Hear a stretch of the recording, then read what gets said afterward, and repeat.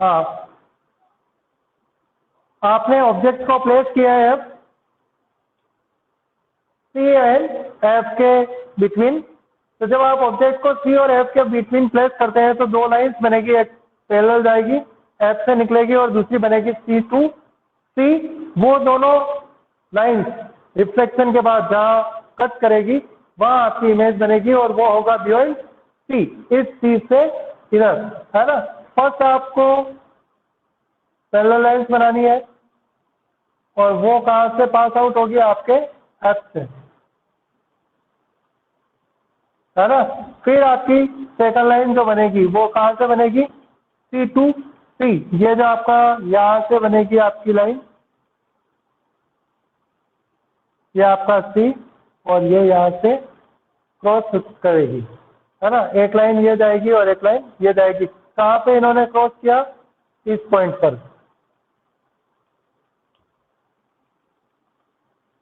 तो ये आपका ऑब्जेक्ट और ये आपकी इमेज बियॉन्ड सी। तो दो लाइनें हैं इसके अंदर। फर्स्ट लाइन गई आपकी ऑब्जेक्ट से पैरेलल, प्रिंसिपल एक्सिस के पैरेलल। जब लाइट रिफ्लेक्ट होती है तो रिफ्लेक्ट होने के बाद वो एफ से पास आउट हो जाएगी। सेकंड लाइन बनेगी, वो ऑब्जेक्ट से कहाँ गई, सी की तरफ, और जब रिफ्लेक्ट बैक होती है तो वापस सी से पास आउट हो जाती है। वो रेस, ये दोनों आफ्टर रिफ्लेक्शन, फर्स्ट रेस और सेकंड रेस जहाँ कट करती है वह ऑब्जेक्ट की इमेज बनेगी और वो होगा बियॉन्ड सी। अब देख सकते हैं आप, ये जो साइज है ऑब्जेक्ट की, उससे इमेज की साइज बड़ी है। एफ और सी की डिस्टेंस लगभग इक्विवेलेंट है।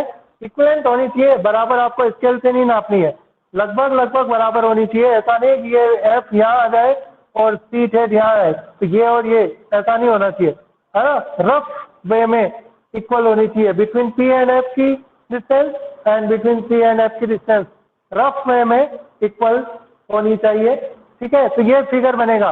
इस फिगर को देख के आप बना सकते हैं कि ऑब्जेक्ट के जो साइज है, इमेज की साइज बड़ी है, रियल है, इन्वर्टेड है, एनलार्ज्ड है और बियॉन्ड सी ये बनता है, ठीक है। ये आपका फिगर है जब आप ऑब्जेक्ट को सी और एफ के मध्य प्लेस करते हैं। नेक्स्ट फिगर है जब आप ऑब्जेक्ट को प्लेस करते हैं एफ पर। कहाँ प्लेस करेंगे, now we will place the object at f. Sir आवाज नहीं आ रही।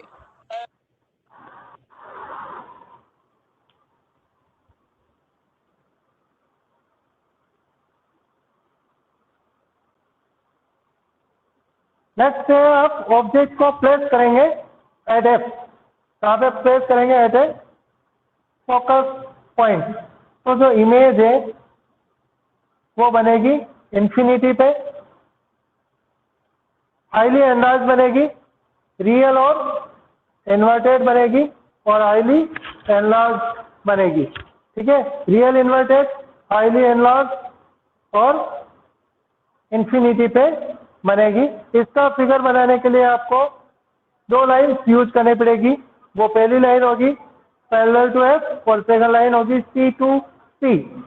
इस फिगर में और इस फिगर में केवल एक डिफरेंस आएगा, जहाँ पे दोनों लाइन क्रॉस कर जाएगी, एक दूसरे को इंटरसेक्ट कर जाएगी, और जो नेक्स्ट फिगर आप बना रहे हैं उसके अंदर ये दोनों लाइन इंटरसेक्ट नहीं करेगी, क्योंकि वो पॉइंट इंफिनिटी पे है।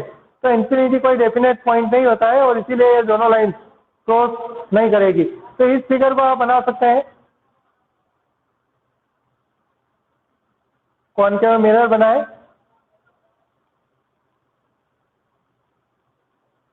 प्रिंसिपल एक्सिस, पोल एफ, आप इसको ले सकते हैं। एफ के ऊपर आपको ऑब्जेक्ट को प्लेस करना है।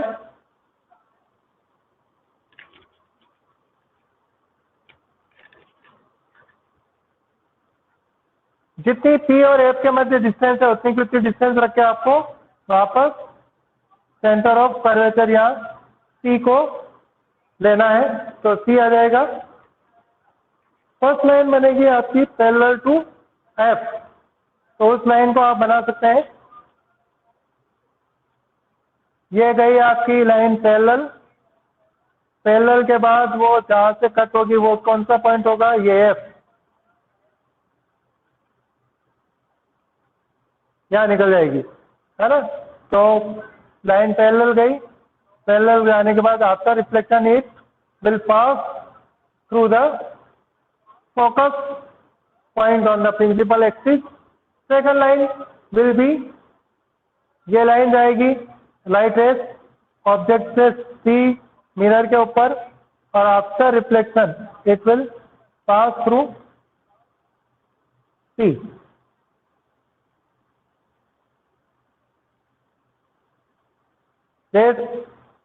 लाइट रेस कॉन्केव मिरर से गिरी, वहां से वापस वो सी की तरफ मूव करेगी, और ये दोनों रेजने एक दूसरे के पैरेलल होगी। इट मीन्स यहाँ पे इंफिनिटी पे आपकी इमेज बनेगी, ठीक है ना। तो ये आपका नेक्स्ट फिगर है, जब ऑब्जेक्ट को आपने एफ के ऊपर रखा है, जो दो लाइन्स इसके अंदर इन्वॉल्व है वो है पैरेलल टू एफ और सी टू सी, और ये दोनों लाइट रेस एक दूसरे को क्रॉस या इंटरसेक्ट नहीं करेगी। तो इन दोनों में केवल यही डिफरेंस है, दोनों लाइन्स बनी सेम, और दोनों इसके अंदर दोनों लाइन इंटरसेक्ट कर जाती है और इसके अंदर दोनों लाइन इंटरसेक्ट नहीं करती है। जहाँ इंटरसेक्ट कर जाएगी बियॉन्ड सी, इसमें इमेज बन जाएगी, और यहाँ बनेगी इंफिनिटी पे, क्योंकि ये दोनों एक दूसरे को इंटरसेक्ट नहीं करेगी। नेचर दोनों में सेम है, रियल और इन्वर्टेड है, और फर्स्ट वाले में एनलार्ज है और इसके अंदर हाईली एनलार्ज है। ये दोनों में थोड़ा सा डिफरेंस है।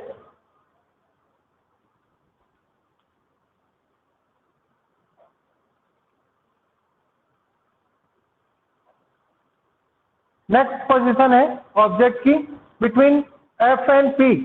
जब आप ऑब्जेक्ट को एफ और पी के मध्य रखते हैं तो इमेज जो बनेगी वो ना बिहाइंड द मिरर बनेगी, वर्चुअल और इरेक्ट बनेगी, और हाईली एनलार्ज बनेगी, बड़ी बनेगी, ठीक है। बिहाइंड द मिरर बनेगी, वर्चुअल और इरेक्ट बनेगी, और पी और एफ के मध्य बनेगी, ठीक है। ये सारी नेचर और उसकी साइज के बारे में, इमेज की कहाँ बनेगी वो फिगर आप बना सकते हैं, पर इसके अंदर जो लाइन यूज होगी वो अलग है। सी टू सी और पोल टू पोल, दो लाइन इसके अंदर यूज होगी।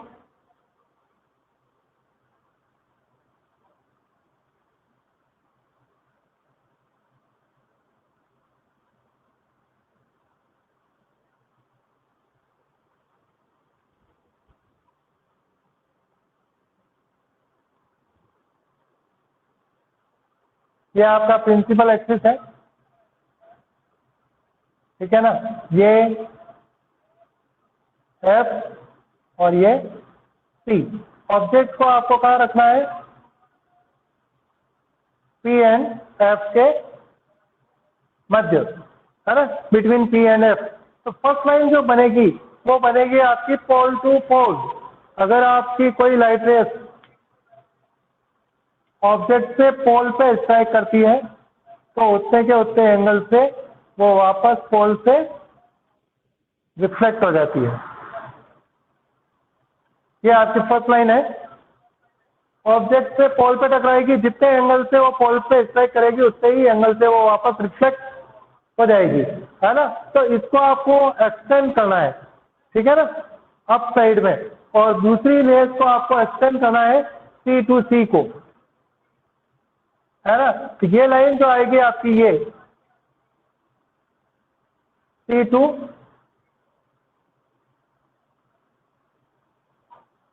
सी, और इनको फिर आपको एक्सटेंड करना है।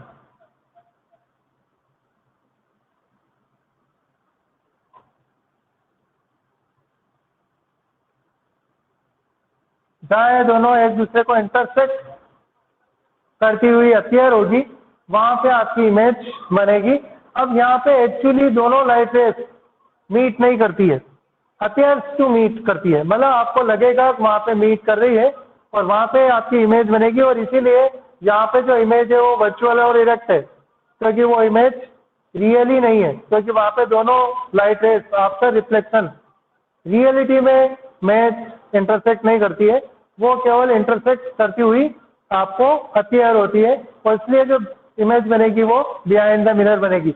एक बार और देख लो, ऑब्जेक्ट को पी और एफ के मध्य रखेंगे तो ऑब्जेक्ट की फर्स्ट लाइन जो बनेगी पोल टू पोल बनेगी, पोल पे टकराएगी और जितने एंगल से वो पोल से रिफ्लेक्ट हो जाएगी। सेकंड लाइन आएगी सी टू सी, फिर उनको आपको क्या करना पड़ेगा, एक्सटेंड करना पड़ेगा बिहाइंड द मिरर, और जहाँ पे वो दोनों इंटरसेक्ट करेगी वहाँ पे आपका वर्चुअल और डायरेक्ट इमेज ऑब्जेक्ट की बनेगी। क्योंकि ये वर्चुअली मतलब अपन इसको एक्सटेंड कर रहे हैं और मिला रहे हैं, है ना, वास्तव में ये मीट नहीं कर रही, इसलिए इमेज वर्चुअल है, डायरेक्ट है और बिहाइंड द मिरर है और हाईली एनलार्ज्ड है।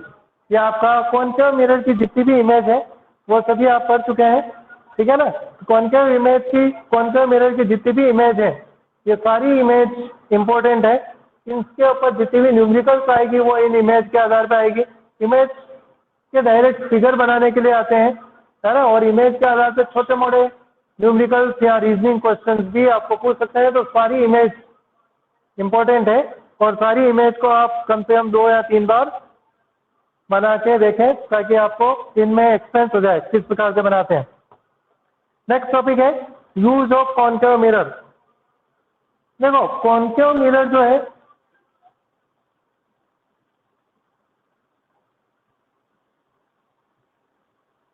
ये कॉन्वर्जेंट मिरर भी है।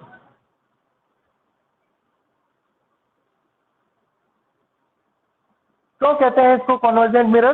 क्योंकि ये जितनी भी लाइट रेस इसके ऊपर गिरती है उन सभी लाइट रेस को एक जगह फोकस कर देता है। मतलब ये इस प्रकार से ये आपका कॉन्केव मिरर है और अगर ये लाइट रेस पैरेलल आ रही है तो इनको सब जगह कहाँ इकट्ठी कर देता है, एफ के ऊपर।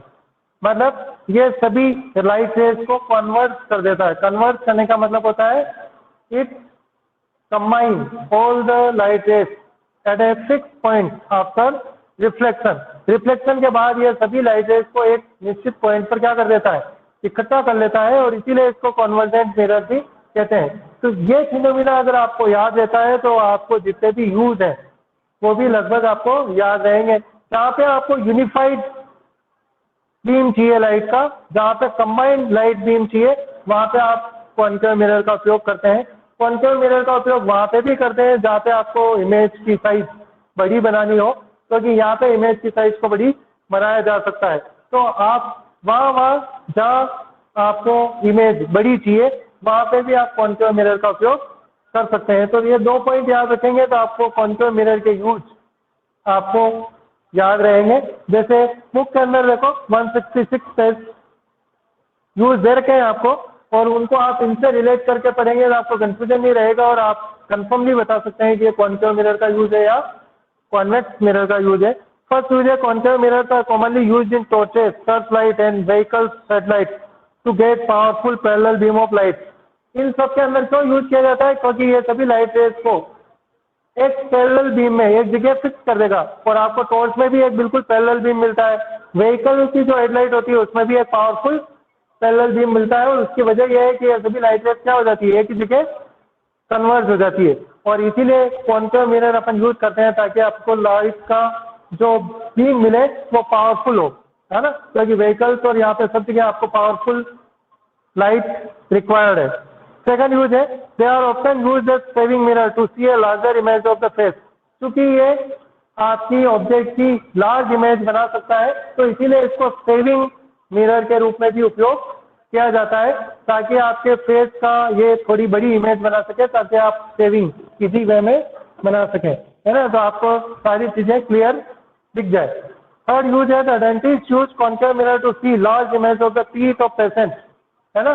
जो डेंटिस्ट होते हैं वो भी कॉन्केव मिरर को यूज करते हैं ताकि इस मिरर से उसकी जो टीथ है वो लार्ज इमेज के रूप में उसको दिखाई दे, ताकि वो इसी वे में डिटेक्ट कर सके टीथ में कहाँ कोई मिस्टेक है ना। तो डेंटिस्ट भी इस मिरर को यूज करते हैं क्योंकि ये एक लार्ज इमेज बना सकता है। अगला यूज है large concave mirror are use to concentrate sunlight to produce heat in solar furnace.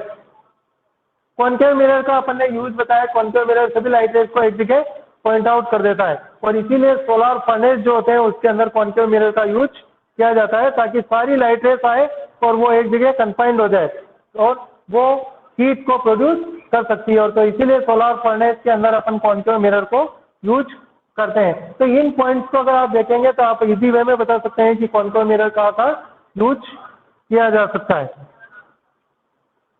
Next topic है आपका image formation by convex mirror.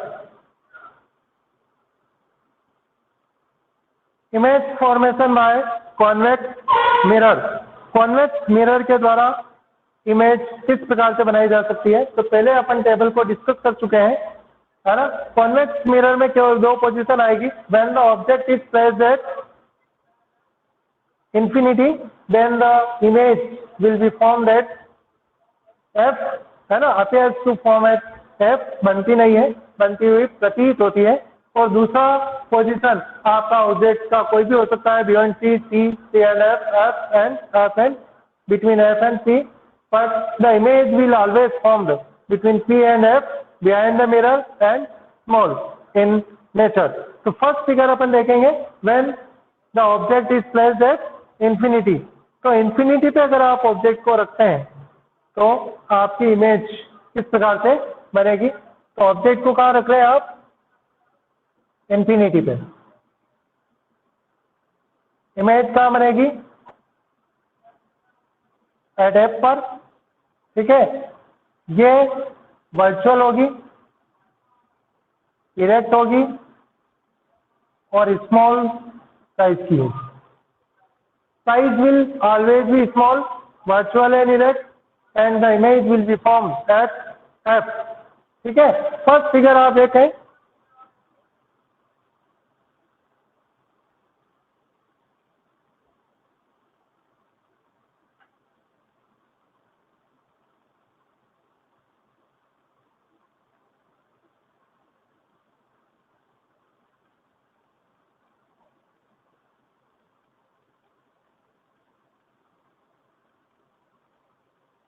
Convex mirror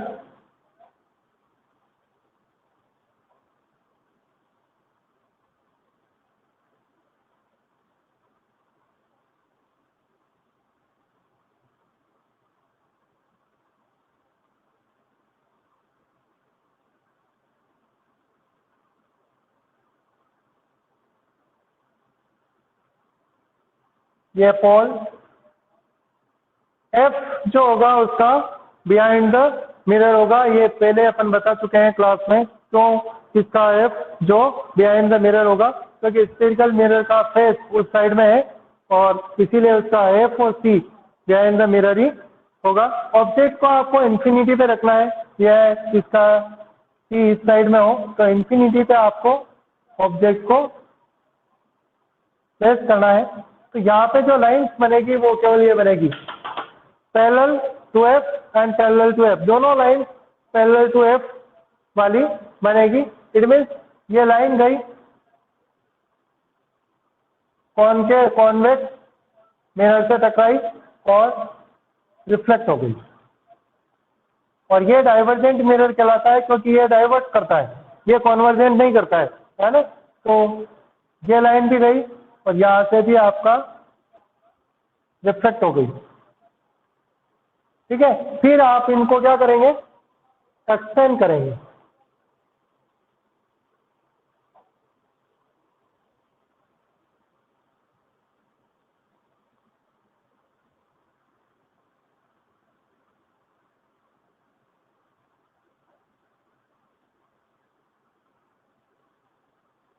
जिस पॉइंट पे मीट करेगी वो आपका फोकस पॉइंट होगा, है ना।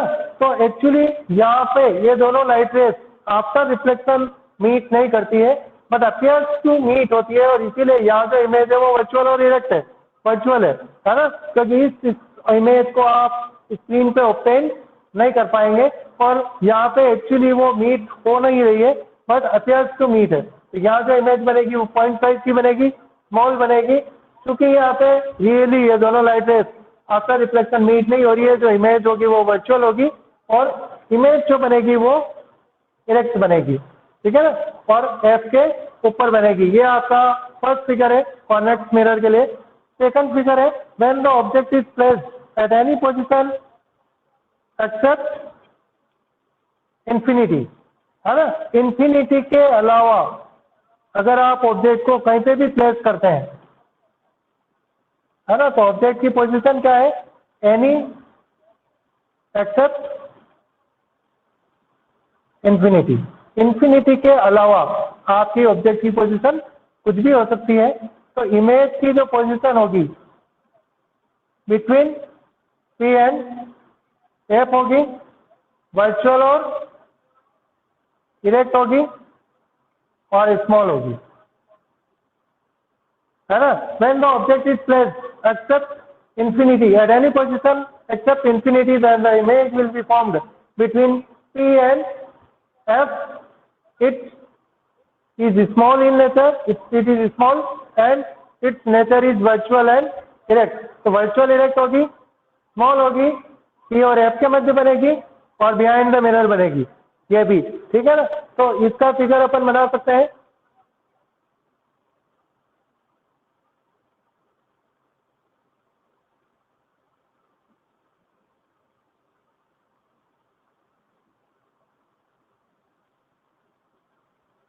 प्रिंसिपल एक्सिस,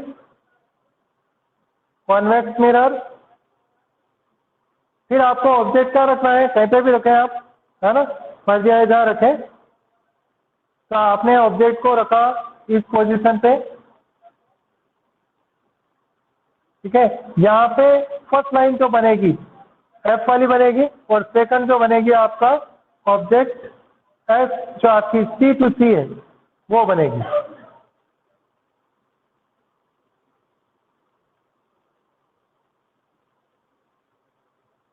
फर्स्ट लाइन ये है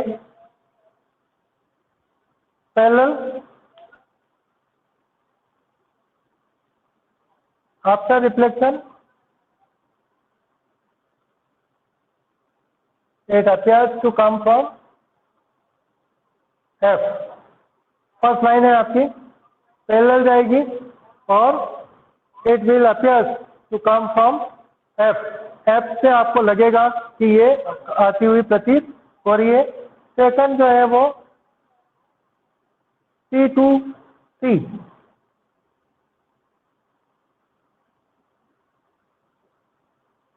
यहाँ से, है ना। तो यहाँ पे आपकी इमेज बनेगी, जहाँ पे ये दोनों लाइन कट करती है वहां पे आपकी इमेज बनेगी। तो इसको आपको डॉटेड लाइन ही शो करनी है।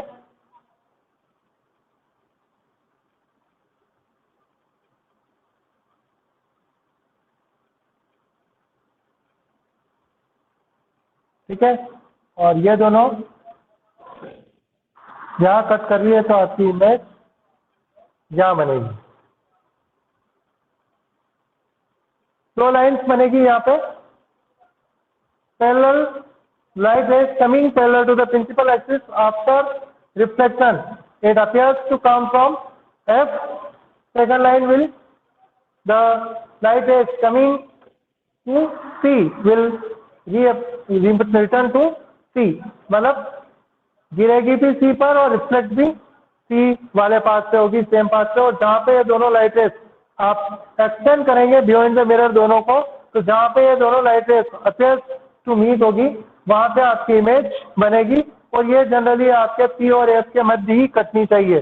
दोनों जब आप एक्सटेंड करेंगे दोनों लाइंस को तो ये P और F के मध्य इंटरसेक्ट करनी चाहिए, क्योंकि वही इमेज बनेगी P और F के मध्य। और ये इमेज स्मॉल भी होनी चाहिए, छोटी भी होनी चाहिए, बड़ी नहीं बनेगी यहाँ पे। तो ये जो मिरर है ये सदैव छोटी इमेज ही बनाता है। रियल है, वर्चुअल और इरेक्ट और स्मॉल, ये इसका नेचर है। इमेज सदैव छोटी ही बनेगी, वर्चुअल ही बनेगी और इरेक्ट ही बनेगी, है ना। इस मिरर के द्वारा कभी भी इमेज को बड़ा नहीं बनाया जाता है, कभी भी रियल और इन्वर्टेड नहीं बनाया जाता है ना। तो कांस्टेंट है वर्चुअल, इरेक्ट और स्मॉल, ठीक है। ये आपका कॉन्वेक्स मिरर हो गया। नेक्स्ट टॉपिक है यूज ऑफ कॉन्वेक्स मिरर। तो यूज के लिए आपको वही देखना पड़ेगा, ये मिरर जो है डाइवर्जेंट मिरर है।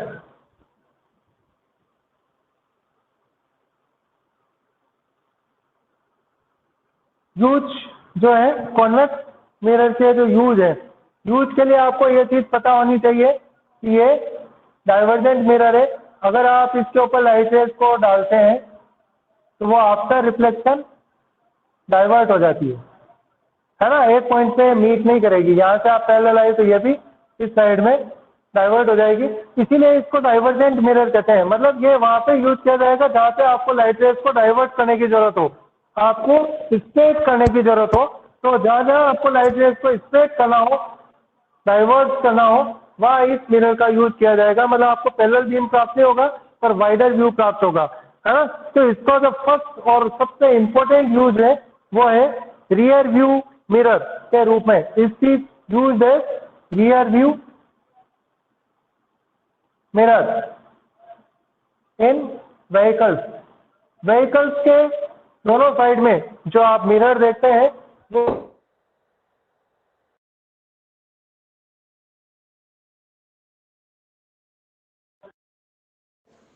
आगे पीछे की इमेज को, और इस व्यू के अंदर आपको कॉन्वेक्स मिरर का अपन यूज करते हैं। उसके नीचे एक लाइन लिखी होती है कि the image which appears is closer than they appear. मतलब जो इमेज आपको दिख रही है, जितनी दूरी पे दिख रही है उससे ज्यादा क्लोज है वो, है ना। तो ये आपको ध्यान रखना चाहिए। मिरर में अगर आपको कोई वस्तु या कोई ऑब्जेक्ट जो पीछे आ रहा है वो ज्यादा दूर दिख रहा है पर वो आपके ज्यादा क्लोज है ना, तो ये उसकी थोड़ा सा, इसीलिए उसको चेतावनी के रूप में लिखा जाता है। अब आपको जो इम्पोर्टेंट थिंग है वो ये है कि इसको यूज क्यों करते हैं, why we use convex mirror as a rear view mirror. तो उसका रीजन फर्स्ट है कि यह सदैव इरेक्ट इमेज बनाता है, कभी भी उल्टी इमेज नहीं बनाएगा, है ना। तो ये एक एडवांटेज है कि ये कभी भी उल्टी इमेज बनाता ही नहीं है, सीधी इमेज बनाता है। तो व्हीकल कितना भी दूर हो आपको सदैव इरेक्ट इमेज ही दिखेगी। दूसरा, वाइड व्यू बताता है। क्यों? क्योंकि ये डाइवर्जेंट मिरर है, तो सारी लाइट रेज को सभी तरफ डाइवर्ट कर देगा, तो पूरे रोड का आपको क्लियर व्यू इससे दिखेगा, है ना। तो अगर आप इसकी जगह प्लेन मिरर यूज कर देते हैं तो प्लेन मिरर की वो भी इरेक्ट बताता है, पर होगा क्या, वो जस्ट फ्रंट में उस मिरर के सामने जो व्हीकल होगा उसी को बताएगा। साइड में, साइड की जितना वाइडर व्यू उसका उतना नहीं है जितना कॉन्वेक्स मिरर का है। प्लेन मिरर का वाइडर व्यू नहीं होता है ना। वो जस्ट फ्रंट में जो उसके होगा उसी का इमेज आपको बताएगा, अदरवाइज नहीं बताएगा। जबकि ये पूरी रोड प्लस उसकी साइड और उसके पास पास के सारी चीजों को एक साथ बताएगा। बताइए, छोटा बताएगा पर पूरा वाइडर व्यू बताएगा। और इस रीजन की वजह से अपन कॉन्वेक्स मिरर को ऐसे रियर व्यू मिरर उपयोग करते हैं, ठीक है ना। इरेक्ट, पूरी इमेज बिल्कुल इरेक्ट रहेगी, स्मॉल रहेगी और वाइडर व्यू बताएगा, और इसलिए अपन इसको यूज करते हैं। और कहाँ यूज कर सकते हैं, है ना। दे आल्सो वाइडर फ्लूइड हो, जहाँ पे भी आपको इस तरह की जरूरत हो, जहाँ पे वाइडर फ्लूइड हो, जैसे जेल की सर्च लाइट है ना, वहाँ पे जहाँ पे आपको वाइट करना हो तो वहाँ पे कॉन्वेक्स मिरर का उपयोग अपन करते हैं, ठीक है। आपका कॉन्केव और कॉन्वेक्स मिरर कंप्लीट हो चुका है। टेक्स्ट बुक का इंटरनल क्वेश्चन देखो, page number 168। First question, define the principal focus of a concave mirror.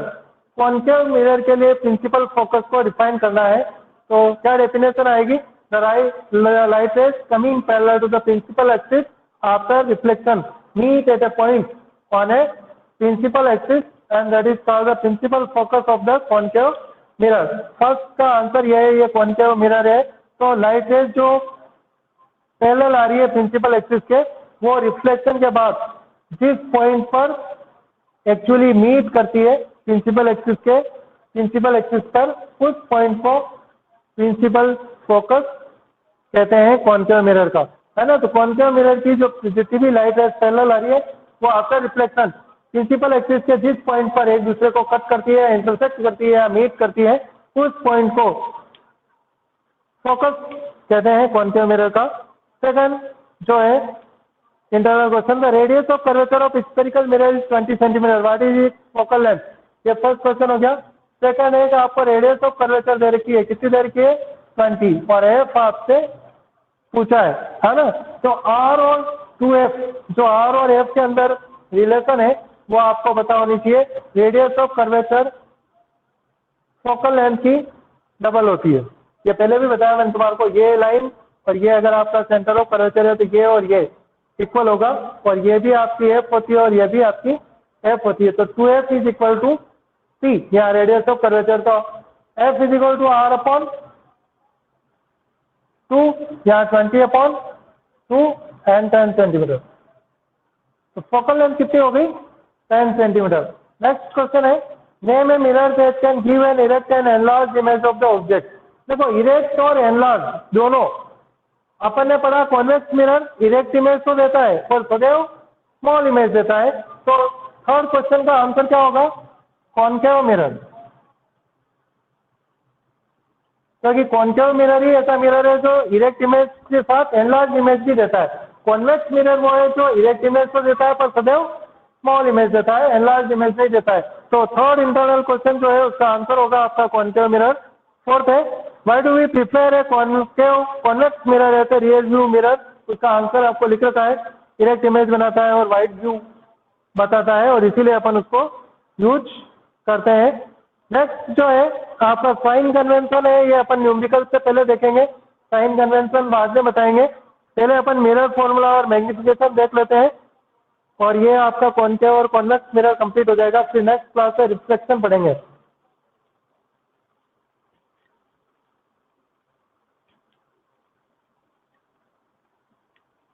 Next topic है आपका मिरर फॉर्मूला।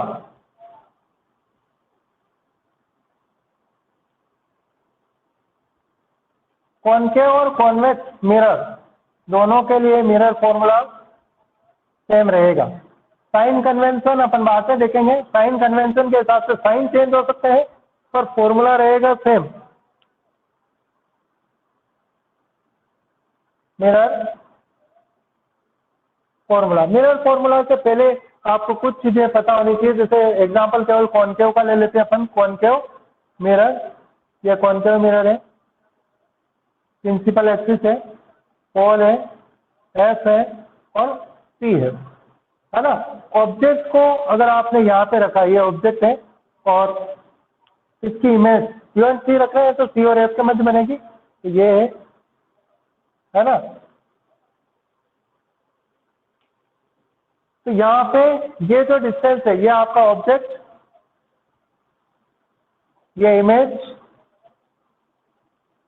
ठीक है। तो एफ और पी की जो बीच की डिस्टेंस होगी वो तो होगी एफ, फोकल लेंथ। इमेज और पोल के बीच की जो डिस्टेंस होगी वो होगी वी, और ऑब्जेक्ट और पोल के बीच की जो डिस्टेंस होगी उसको कहते हैं U. The distance between pole and object, या the distance between object and pole of a mirror is called U. उसको किससे रिप्रेजेंट करते हैं अपन? यू से, यू, है ना। And the distance between image and c of a mirror is v, and the distance between f and p is focal length f, है ना। तो यू, वी और एफ आपको पता होना चाहिए कि यू क्या है, वी क्या है और एफ क्या है। यही मिरर फॉर्मूला की डेफिनेशन भी है, the formula which give a relationship between u, v and f, that is called mirror formula. The formula which give a relationship between v, u and f, that is called mirror formula. उसको अपन mirror formula कहते हैं जो v, u और f के मध्य relationship को बताता है। तो मिरर फॉर्मूला क्या है? 1 upon v plus 1 upon u is equal to 1 upon f, और यह आपका मिरर फॉर्मूला है। 1 upon v plus 1 upon u is equal to 1 upon f। जितनी भी न्यूमेरिकल्स है वो न्यूमेरिकल्स सारी इसी फॉर्मूले से आती है, तो आपको इसके अंदर v, u और f का कंप्लीट आइडिया होना चाहिए। तो v आपको बता दिया, v is the distance between pole of mirror to image, u is the distance between object and pole of mirror, and f is the distance between p and focus point of that mirror.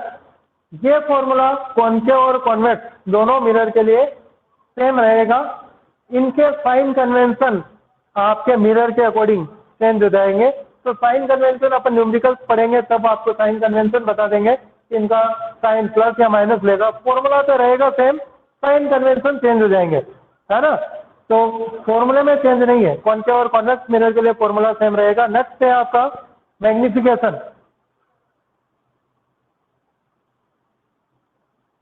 Magnification क्या है? ये ratio, magnification का simple अर्थ समझो तो ये है कि object अगर आपका है उसकी साइज, जब इमेज बनती है तो ऑब्जेक्ट की साइज के अकॉर्डिंग इमेज की साइज किस प्रकार चेंज होती है, वो बड़ी हो जाती है, छोटी हो जाती है, या इक्वल साइज की रहती है, उसको आप मैग्निफिकेशन कहते हैं। समझ में आया? तो ऑब्जेक्ट आपने कुछ भी लिया, जैसे मार्कर जितना ऑब्जेक्ट है और इमेज इससे छोटी बन गई, तो मैग्निफिकेशन क्या हुआ? छोटा हो गया। मैग्निफिकेशन के अंदर यह हुआ कि ऑब्जेक्ट की साइज छोटी हो गई इमेज में। अगर इसकी साइज बड़ी हो जाती है तो बड़ा हो गया इमेज, और अगर इक्वल रहती है तो इक्वल रहेगी। तो ये मैग्निफिकेशन है, मीन्स इमेज की साइज किस प्रकार चेंज होती है according to the size of object, बड़ी रहती है, छोटी रहती है या इक्वल रहती है, उसको मैग्निफिकेशन कहते हैं। और उसी के अकॉर्डिंग आप उसका फॉर्मूला भी देते हैं। Magnification is represented by the symbol M और it is given by the formula height of image. Image की हाइट कितनी हो गई और हाइट ऑफ ऑब्जेक्ट, इसको ऐसे भी रिप्रेजेंट कर सकते हैं h dash upon h. H dash is the height of image and h is the height of object. It is also equal to minus v upon u. V और u क्या है जो आपको पहले ही बता चुके हैं, ये मैग्निफिकेशन का फॉर्मूला है। तो इमेज की साइज आप ऊपर रखें हाइट और नीचे रखें ऑब्जेक्ट की हाइट, तो जो वैल्यू आपको आएगी वो मैग्निफिकेशन है। तो मैग्निफिकेशन को ऐसे भी डिफाइन कर सकते हैं, the ratio between the height of image and height of an object is called magnification. The ratio between the height of image and the height of object is also called magnification. उसको भी magnification कहते हैं, मतलब image और object की size का जो ratio आएगा वो भी मैग्निफिकेशन कहलाएगा। ठीक है, तो फॉर्मूला वी और यू से एच डेस और एच जो है वो वी यू और यू से भी रिलेटेड है। तो इसके आधार पर भी आप बता सकते हैं कि V और U क्या होगा। और अगर एच डेस और एच, मतलब आपको एच डेस एच पता हो, V पता हो तो U निकाल सकते हैं, है ना। V U पता हो और H पता हो तो एच डेस निकाल सकते हैं। इट मीन्स ये 4 वैल्यू है, 4 वैल्यू से में से कोई भी अगर 3 वैल्यू आपको दी जाती है तो चौथी वैल्यू आप आराम से निकाल सकते हैं। फिर मैग्निफिकेशन की वैल्यू जो आती है वो 2 प्रकार की आ सकती है, या तो वो पॉजिटिव होगा या नेगेटिव वैल्यू होगी। तो नेगेटिव वैल्यू है तो आपकी इमेज का नेचर रियल और इन्वर्टेड होगा, कंफर्म है। और अगर इमेज की वैल्यू, मैग्निफिकेशन की वैल्यू पॉजिटिव आती है तो इमेज जो होगी वो वर्चुअल और इरेक्ट होगी। तो आप मैग्निफिकेशन वैल्यू से इमेज का नेचर आराम से बता सकते हैं। अगर आपकी मैग्निफिकेशन की वैल्यू नेगेटिव आ रही है, इसका मतलब आपकी जो इमेज होनी चाहिए वो रियल और इन्वर्टेड ही होगी।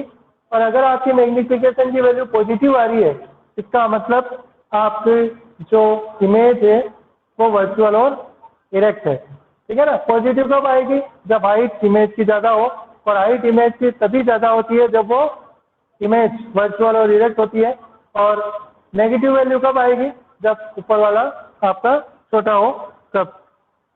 ठीक है। एम की वैल्यू जो है पॉजिटिव +1 -1 +1 <1 और 1 भी आ सकती है। उसके आधार पे भी आप क्लासिफाई कर सकते हैं। When the m is value of, m की वैल्यू 1 के बराबर है, एम की वैल्यू जो आपने कैलकुलेट की सिंगल 1 आया, इसका मतलब है हाइट ऑफ ऑब्जेक्ट और एच, मतलब एच डैश और एच बराबर है ना। एम की वैल्यू 1 कब आएगी? जब एच डैश और एच बराबर है। एच डैश और एच बराबर कब होगा? जब एच डैश कहाँ पे हो? सी पे। सी पे ही बनता है। When the object is placed at C, the image is also formed at C और द साइज ऑफ ऑब्जेक्ट और इमेज इज इक्वल, है ना। तो ये आप रिवर्स कर सकते हैं। जब आपकी मैग्निफिकेशन की वैल्यू 1 आ रही है तो एच डैश और एच की वैल्यू सेम है, और एच डैश और एच की वैल्यू सेम तभी आ सकती है जब ऑब्जेक्ट को सी के ऊपर रखा जाए। तो आप न्यूमेरिकल जब करेंगे तो आप ऐसे उल्टा भी चल सकते हैं। एम इज <1, जो एम है वो 1 से कम है ना, और एम इज <1। ठीक है। तो लेस देन 1 कब आएगा? लेस देन 1 कब आएगा? जब एज क्या हो, छोटा हो और एज बड़ा हो, तो आपकी वैल्यू एम की लेस देन 1 आएगी, है ना। और अगर एम की वैल्यू ज़्यादा आ रही है, इसका मतलब एच ग्रेटर है एच से, तो एम की वैल्यू आपकी 1 से ज़्यादा आएगी। और 1 से ज़्यादा उसी कंडीशन में आएगी जब ऑब्जेक्ट की साइज छोटी हो और इमेज की साइज बड़ी हो, है ना। तो इनके आधार पे भी आप ये बता सकते हैं कि ऑब्जेक्ट कहाँ प्लेस किया गया होगा, है ना। ये सारी चीज़ें आपको पता होनी चाहिए। न्यूमेरिकल पॉइंट ऑफ व्यू ये सारी चीज़ें इम्पोर्टेंट है।